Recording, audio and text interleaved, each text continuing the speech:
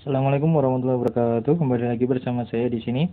Kali ini saya akan memberikan pengumuman atau berita tentang konferensi pers yang kemarin, yaitu tentang pelaksanaan seleksi CASN 2021.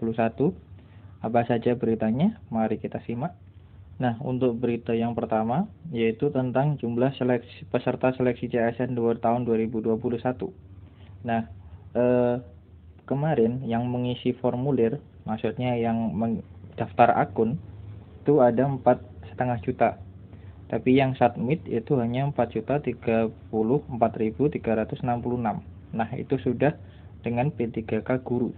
Nah, setelah diverifikasi, itu yang memenuhi syarat itu hanya 3.339. Ada 694.667 yang tidak memenuhi syarat. Nah, dari 3.339 itu dibagi lagi, jadi yang P3K Guru itu ada 925 ribuan. Lalu yang daftar PNS, ya yang PNS itu sekitar 2.372 ribuan. Nah, yang TMS-nya yang PNS itu cukup banyak, yaitu 600 ribuan. Sedangkan yang non-guru itu hanya 70 ribuan dan yang TMS itu 30 ribuan. Jadi cukup banyak ya yang TMS. Jadi total yang ikut tes itu hanya 3.339.699. Oke, kita lanjut. Nah, dari sekitar 3 jutaan ya atau 2.300.000-an untuk CPNS, itu yang hadir untuk PNS itu hanya 2.034 ribuan. Jadi ada sekitar 300 ribuan yang tidak ikut ya, tidak ikut SKD. Sedangkan P3K non guru itu yang hadir 40 ribuan. Ini per 1 November. Oke. Jadi masih ada tanggal 2, 3 dan 4 yang belum dihitung karena pelaksanaan SKD itu terakhirnya tanggal 4 besok ya. Kita lanjut. Nah, ini adalah jadwalnya SKD. SKD itu sampai 4 November ya. Tadi sempat saya lihat mana yang belum selesai. Itu ternyata ada di Kemenkumham Jawa Tengah. Itu masih ada SKD-nya. Lalu P3K non guru itu terakhir tanggal 31 Oktober. Lalu P3K guru itu ranahnya Kemdikbud. Jadi yang tahap 1 belum pengumuman. Jadi harap bersabar ya untuk yang P3K guru. Lalu yang SKB CPNS itu dilaksanakan. Jadi perkiraan itu mulainya 15 November sampai 18 Desember. Jadi ada 1 bulan. Jadi mulai minggu kedua November. Jadi yang kemarin sudah pengumuman, yang tahap 1 itu mungkin mulainya ujian itu tanggal 15 November, yang tahap 2-nya sampai nanti 18 Desember. Jadi diperkirakan nggak boleh lebih dari 18 Desember. Karena apa? Karena kalau molor lagi itu akan repot hitung-hitungannya karena sudah berganti tahun anggaran gitu ya. Kita lanjut. Nah, untuk rekonsiliasi tahap 1 yang seperti yang saya beritakan di video sebelumnya, yaitu ada 166 yang diundang, tapi yang datang hanya 162. 2 tidak hadir, 2 dipindah ke tahap kedua. Dan P3K guru itu yang rekonsiliasinya itu ada 509 instansi. Ya. Kita lanjut. Nah, yang di tahap 1 itu jumlah formasinya yang 166 kabupaten instansi kemarin itu jumlah formasinya 26 ribuan, lalu pesertanya 300 ribuan, lalu yang hadir CAT-nya 340 ribuan, tidak hadir 390-an, hampir 40 ribu. Nah, yang lulus PG itu saya cukup terkejut, yaitu hanya 46% ya, yang lulus PG. Lalu formasi yang lulus 3 kali formasi itu ada 52.300-an.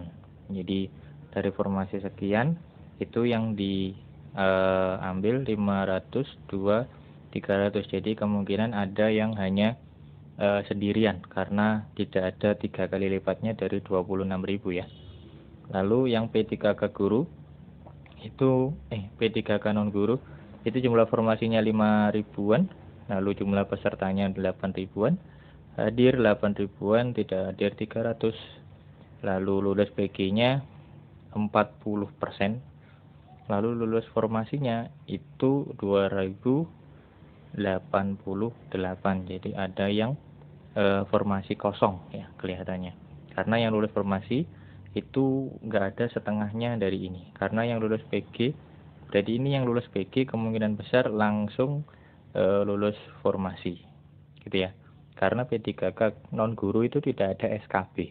Jadi nanti langsung pemberkasan, jadi disimak saja pengumumannya waktu kelulusan ya. Nanti pasti ada keterangannya, disuruh ngapain gitu ya.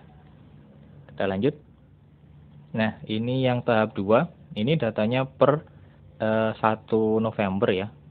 Jam 8 malam yang tadi, yang di awal tadi yang saya garis bawah. Lalu rekonsiliasi tahap 2 itu ada 330 instansi yang diundang, 238 yang sudah final, 91 belum final. Nah, ini yang 91 ini saya yakin yaitu Kemenkumham, Kemenak, Kemdikbud ya, kayak gitu ya. Kementerian yang paling banyak itu pasti. Kalau Pemprov, Pemkab, Pemda itu kemungkinan masuk yang 900-an ini, 200-an ini. Lalu validasi tahap 2 itu yang CPNS-nya itu ada 1000-an formasi. Lalu jumlah pesertanya yang hadir, jumlah pesertanya hampir 2 juta, tapi yang hadir hanya 1,7 jutaan, yang tidak hadir sekitar 300-an, 300 ribuan. Itu cukup banyak. Semoga saingan kalian itu banyak yang tidak hadir gitu ya. Yang lulus PG itu sekitar hanya 55%. Ada peningkatan dari yang tahap 1 yang hanya 46%. Cukup sedikit ya, hampir separuh ya yang lulus. Nah, yang formasi 3 kalinya itu 223.613. Sama seperti tadi ya. Ini tidak ada 3 kali lipatnya, berarti ada yang formasi yang lulus bisa 1, bisa sendirian, bisa 2 orang gitu ya. Ini kalau yang lulus sendirian itu privilege. Jadi kalian hanya ikut SKB dan lolos. Kalau ada PG-nya cukup lolos PG, nanti tinggal pemberkasan. Gitu ya. Pokoknya harus ikut semua. Lalu P3K non guru itu formasinya 20 ribuan, pesertanya 33 ribuan. Yang lulus PG itu 45%, sedangkan lulus formasi itu 9 ribuan. Oke, kita lanjut. Nah, ini adalah jadwal lanjutan yang sudah saya share yang video sebelumnya, yaitu ada tahap 1 dan tahap 2. Tahap 1-nya sudah diumumkan, tahap 2 kemungkinan diumumkan itu tanggal 13 sampai 14 November ya. Lalu nanti pelaksanaan SKB-nya itu sekitar 27 sampai 18 Desember gitu ya. Ini kita lanjut. Nah, ini slide terakhir untuk yang CASN. Jadi penutupnya, BKN berterima kasih atas atensi masyarakat tentang pelaksanaan seleksi CASN 2021. Ya, ini berkenaan dengan investigasi kecurangan ya. Jadi BKN itu sudah melakukan running. Jadi semua CAT itu sudah diteliti oleh BKN. Jadi diteliti tidak hanya di Tiklok yang di Makassar sama Lampung, semuanya itu sudah ditelusuri. Cuma karena keterbatasan SDM, jadi masih 25% sampai sekarang. Ya, jadi harap bersabar. Jadi yang sudah terbukti itu nanti pasti akan didiskualifikasi seperti itu.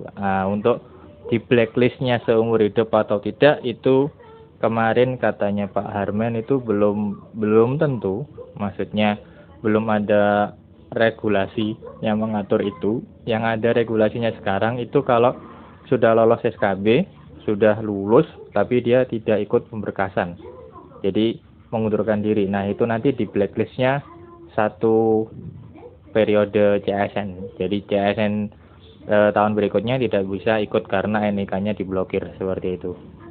Ya. Dan untuk penelusuran ini BKN itu bekerja sama dengan BSSN dan BPPT. Ya.